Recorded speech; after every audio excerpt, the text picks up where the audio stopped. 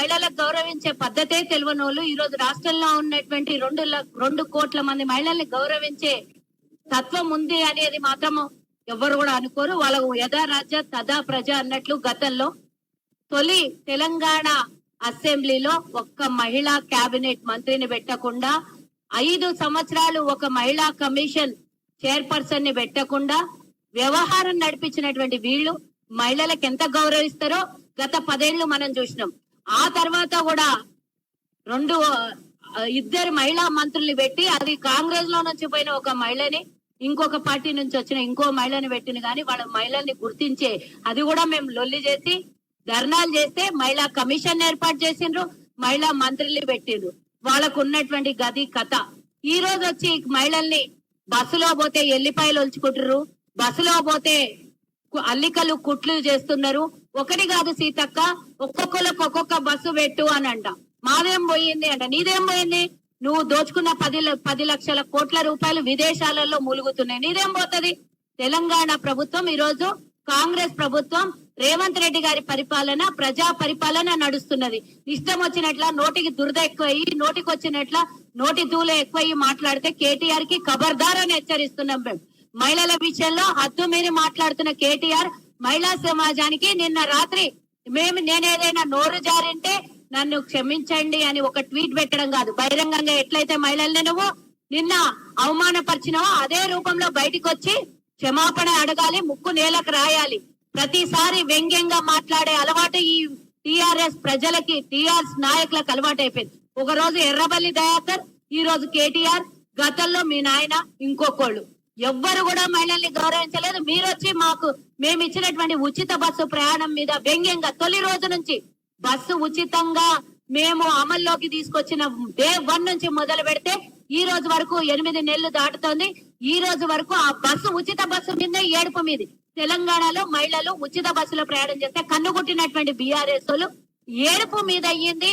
ఈ రోజు ఆనందం, మహిళల ఆనందంలో కళ్ళల్లో ఆనందం చూడలేనటువంటి పరిస్థితిలో ఉన్నటువంటి వీళ్ళు ఇష్టం వచ్చినట్టు ఇటు అసెంబ్లీలో కూడా సీతక్క మీద పాడి కౌశిక్ రెడ్డి ఇష్టం వచ్చినట్లా మాట్లాడుతాడు.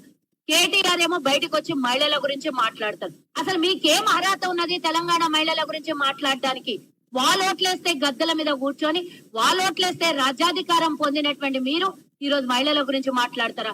సీతక్క ఒక సందర్భంలో చెప్పిన విషయం ఏంది, వాళ్ళు 3 గంటలు ఆదిలాబాద్ వరకు ప్రయాణం చేసుకుంటారు. ఆ సమయంలో ఇంటికి వెళ్ళి సమయం సరిపోదు కాబట్టి బస్సులో తన పనులు తను చేసుకుంటున్నారు. సీట్లలో కూర్చొని తప్పించి అందరినీ బస్సులో నుంచి ఎలగొట్టి మేమే ఒక 10 మంది మహిళలను కూర్చొని వడ్డించుకుంటాం, వంట చేసుకుంటాం, డాన్సులు ఆడతామని ఎవడన్నా ఎక్కడన్నా చెప్పిందా? ఏమన్నా వచ్చిందా? ఏం మాటలయ్యా కేటీఆర్, నీ మాటలేంది? ఈ రోజు అందరూ తిరగబడి ఈ రోజు మహిళలందరూ ఉగ్ర రూపం దాల్చారు కాబట్టి ఒక్క ట్వీట్ పెట్టి వదులుతావా నువ్వు? డాన్సులు చేసుకోండి, క్లబ్ డాన్సులు చేసుకోండి, ఇంకా నయ్యం ఇంకేమన్నా అన్నవేమో. మీ ఇంట్లో మీ తల్లి ఉన్నది, మీ చెల్లి ఉన్నది, మీ చెల్లి జైల్లో ములుగుతున్నది. అదే ప్రతిపక్షాలు గాని తెలంగాణ ప్రజలు గాని అనొచ్చు కదా, మీ చెల్లెలు ఏం పని చేసి పోయింది అయ్యా జైలుకి అని అడగొచ్చు కదా. మరి ఎవరు కూడా తెలంగాణ ప్రజలకి మహిళలకి ముఖ్యంగా గౌరవం తెలుసు కాబట్టి నిన్ను నీ కుటుంబాన్ని బహిరంగంగా తిట్టి మరి దిష్టి బొమ్మలు తగలబెడతలేరు తెలంగాణలో ఉన్నటువంటి వ్యవస్థను చూసి. ఈ రోజు మీరు చేస్తూ ప్రతిపక్షంలో కాముగా కూర్చోండి, అయితే సలహాలు ఇవ్వండి, కానీ ప్రజలకు వ్యతిరేకంగా మీరు స్టేట్మెంట్లు ఇచ్చుడేంది? ఈ రోజు నేను కేటీఆర్ అడుగుతున్నా, మహిళలకు ఈ రోజు ఉచిత బస్సు ఇవ్వడం లోపల మీకు వచ్చినటువంటి నష్టం ఏందో ఒక్కసారి చెప్పాలి.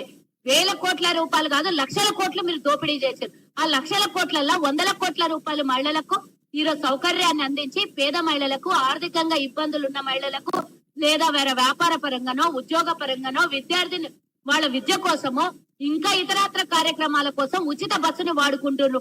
స్టార్టింగ్ లో కూడా ఇదే వ్యంగ్యంగా వీడియోలు పెట్టి వాళ్ళ సొంత టిఆర్ఎస్ జోకుడుగాళ్లతోని కొన్ని వీడియోలు కావాలని తీయించి వైరల్ చేయించినటువంటి వైరం మాకు కనబడలేదు అనుకుంటున్నారా? మీరు చేస్తున్నటువంటి వ్యవహారం తెలంగాణలో ప్రజలు గమనిస్తలేరు అనుకుంటారా? ఇంకా అదేమంటారు, నువ్వు చింత సచ్చినా గానీ పులుపు సావలేదు అన్నట్టు మీరు ఈ రోజు ప్రతిపక్షంలో ఉన్నారు. 37% ఓట్లు పడిపోయి 39 మంది ఎమ్మెల్యేలు గెలిచి ఆ పార్లమెంట్ కు వచ్చే వరకు 10 స్థానాలలో డిపాజిట్లు దిక్కులేదు, 17% ఓటు శాతం పడిపోయినా అయినా గానీ మీకు కౌరం మొంగలేదు, అయినా గానీ మీ అహంకారం తగ్గలేదు. ఇంతరా మహిళల మీద మీకు ఉన్నటువంటి కక్ష, మీకున్నటువంటి జలసి ఈ రోజు కాంగ్రెస్ ప్రభుత్వం ఇచ్చింది కాబట్టి మహిళల్ని వ్యతిరేకించాలి. కాంగ్రెస్ మంచి చేస్తుంది కాబట్టి రైతులను అనాలి.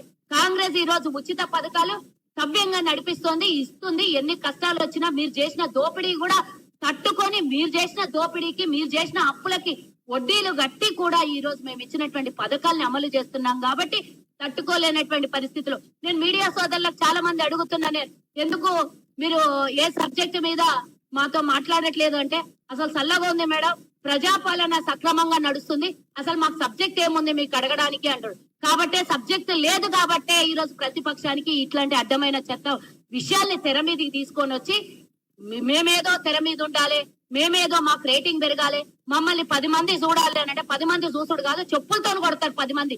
ఇట్లాంటి మాటలు మళ్ళొకసారి వెధవేషాలు చేసి కేటీఆర్ గాని, ఎర్రబల్లి దయాకర్ రావు లాంటి వాళ్ళు గాని, ఇంకొకళ్ళు గాని అసలు మంత్రి మండలాల్లో మహిళలకు స్థానం కల్పినటువంటి మీరు ఏమన్నా మాట్లాడితే ఖబర్దార్ అని ఈ రోజు గాంధీ భవన్ సాక్షిగా ఒక మహిళగా తోటి మహిళలకి అవమానపరిచినటువంటి కేటీఆర్ కి ఈ రోజు వచ్చి ఇదే మాట్లాడితే మీరు అమరవీరుల స్తూపం అంటారు కదా, మాట్లాడితే ఇంకొక మాట మేము తెలంగాణ కొట్లాడి తెచ్చామంటారు కదా, రా అమరవీరుల స్తూపం దగ్గరికి నువ్వు నీ బావ రండి.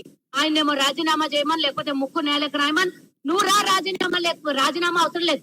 నిన్న మహిళలకి నేను మాట్లాడిన మాట క్షమించదగ్గది కాదు, నేను ముక్కు నేలకు రాసి మీకందరికి పాదాభివందనం చేస్తున్నాను, అమరవీరుల స్తూపం దగ్గరకు వచ్చి క్షమాపణ అడుగు. నువ్వేదో ట్విట్టర్ లో పెట్టి నేనేదో నోరు జారినా నన్ను క్షమించండి అంటే వదిలేసేది కాదు. ఈ రోజు రాష్ట్ర వ్యాప్తంగా కాంగ్రెస్ మహిళలకి జరిగినటువంటి అవమానాన్ని తీసుకొని రాష్ట్ర వ్యాప్తంగా దిష్టి బొమ్మల్ని దగ్ధం చేసిండ్రు.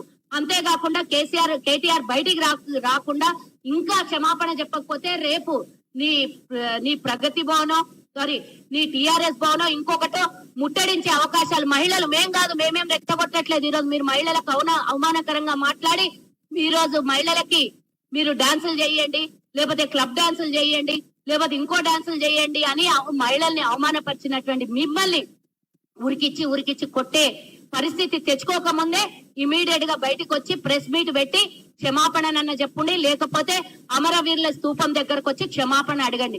లేకపోతే ఇంతకు మించి మీరు ఇంకా మిమ్మల్ని ఇట్లనే వదిలేస్తే రాను పిచ్చి పీక్లకెళ్ళి జైలుకి వెళ్లే పరిస్థితో, పిచ్చి ఆసుపత్రికి వెళ్లే పరిస్థితి వస్తది. ఇట్లాంటి పిచ్చిని వదిలించాలి అంటే ఇమీడియట్ గా వచ్చి మహిళలకు, యావత్ తెలంగాణ మహిళా సమాజానికి క్షమాపణ చెప్పాలి అని ఈ రోజు గాంధీ భవన్ సాక్షిగా ఒక మహిళా నాయకురాలుగా నేను ఆయనకు డిమాండ్ చేస్తున్నా. ఇమీడియట్ గా బీఆర్ఎస్ నాయకులందరూ కూడా లైవ్ లలో చాలా మాట్లాడుతున్నారు.